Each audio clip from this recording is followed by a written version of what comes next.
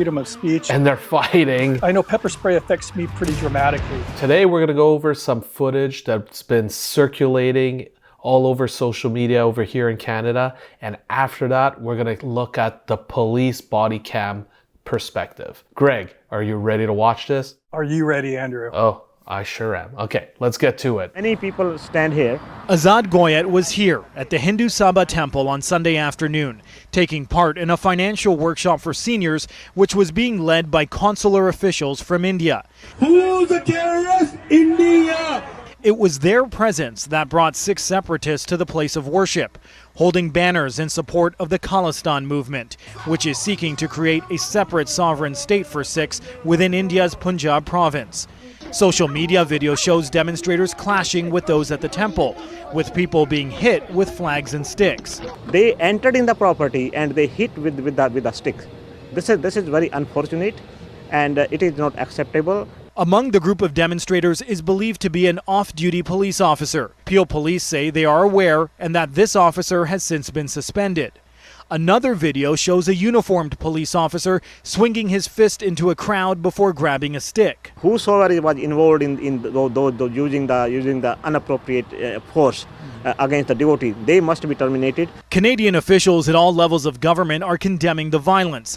Local councillors say tensions are mounting within the South Asian community. It's getting very political, it's getting very nasty, especially when it gets drawn on religious lines. Later that night, two more demonstrations emerged, this time in Mississauga, including one at the Sri Guru Singh Sabha Malton Gurdwara.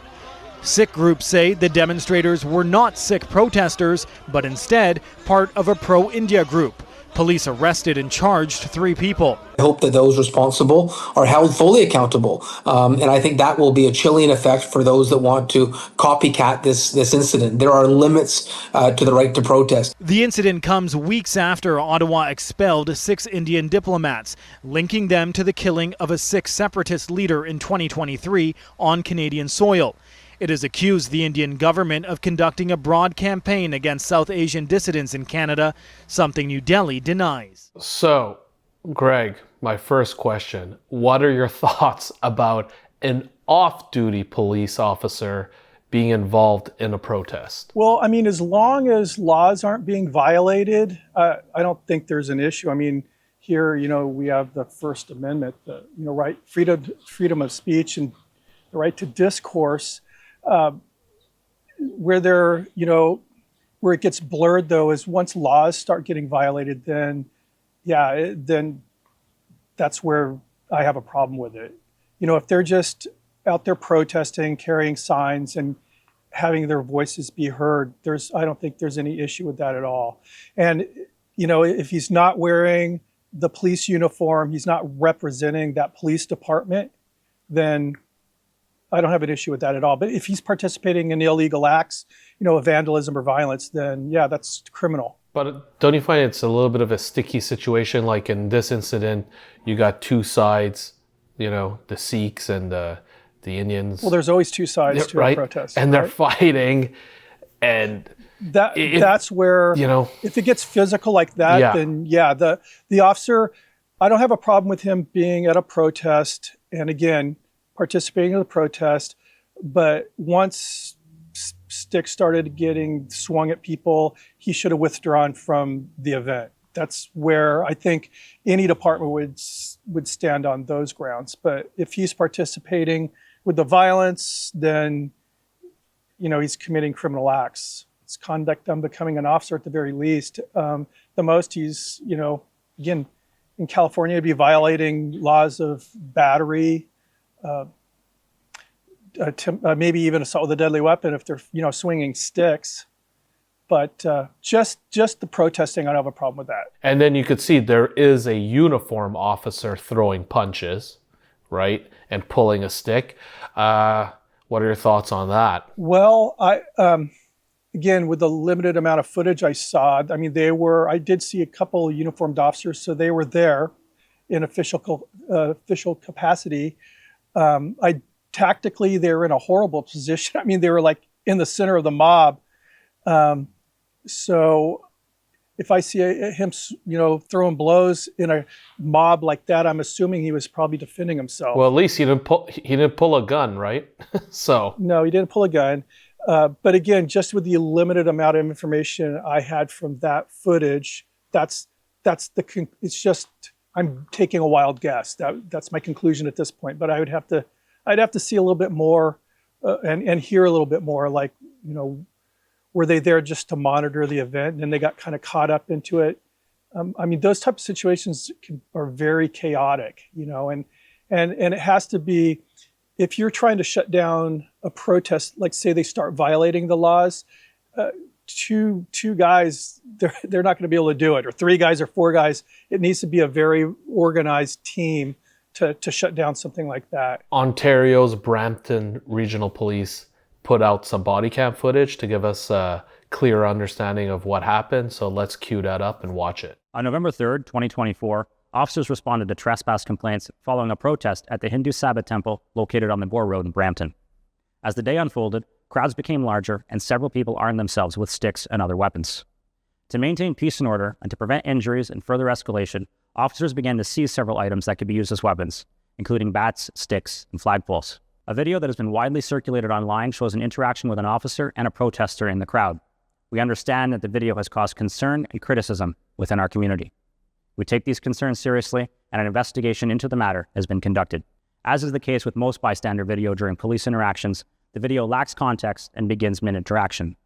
What the video doesn't show is the officer identifying a protester for the purposes of seizing a weapon that he's holding. The protester then retreats into the crowd, and he, along with others, begin to physically resist the officer.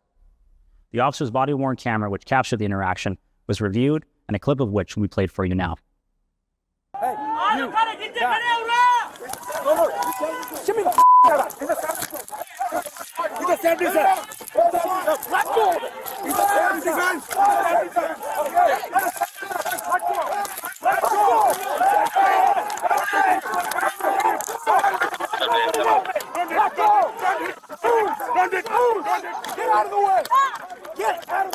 As you can see, this was a compromising and volatile situation for our officers as they tried to seize a weapon from an individual who did not want to surrender it and became confrontational.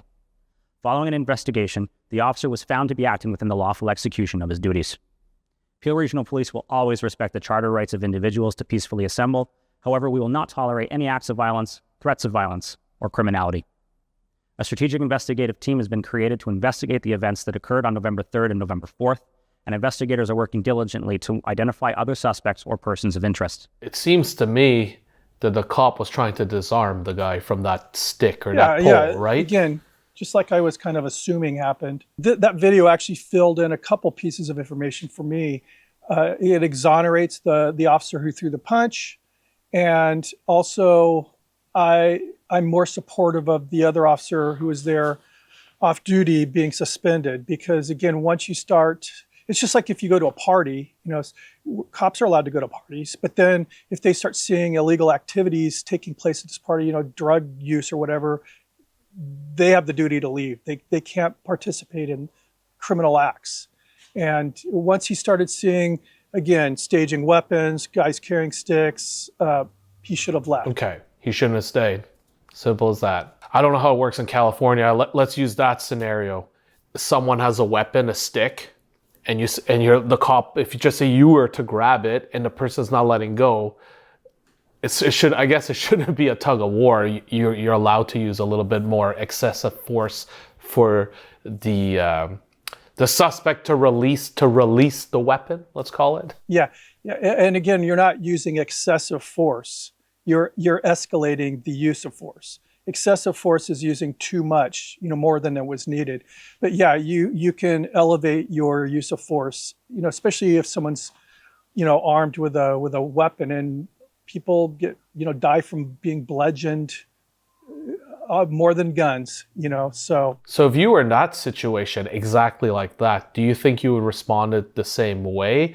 Or do you think maybe you would have pulled out a taser or used pepper spray? You think maybe that would have been a good scenario where pepper spray should have been used? Or is there too much, the cops are mixed up too much with the protesters? It would have not been wise. Pepper spray, there's a lot of collateral damage going on, the suspect's getting sprayed, you're getting sprayed, and other people, anyone around there is going to be affected by the pepper spray.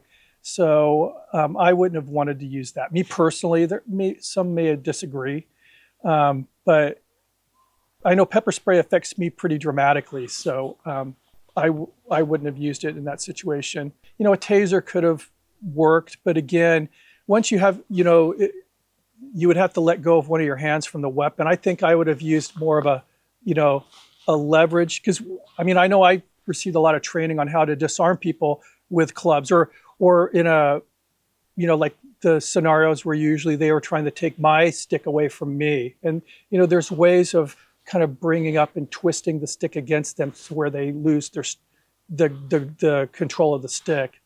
But yeah, I mean, it's hard to play armchair quarterback in a chaotic mob scene like that. Ultimately, he won the fight, right? You know, and then he won the battle because, thank God, that body cam footage. Well, once again, I think all police officers here in Canada should be wearing body cameras, because here in Quebec, they don't wear it. So, like, there's no he says, she says, just look at the footage, right? Yeah. There's a lot of resistance from a lot of agencies. They just feel like it's, you know, Big Brother. And I know originally, my patrol career, I got out of patrol and I took on other duties right when they were really implementing it department-wide. So I never had to wear a body camera. And, you know, I came up during a kind of an old school time. I mean, I got hired in '89, so I was coming up through the 80s and 90s, or the 90s rather. So it was more of an old school kind of a routine that I was going through, and I was not looking forward to wearing a body cam. But once they were implemented, and again, I was in a supervisory role at the academy by that time, I was talking to my fellow officers, and they are all saying, yeah, actually, it's not a bad thing. It's a good thing.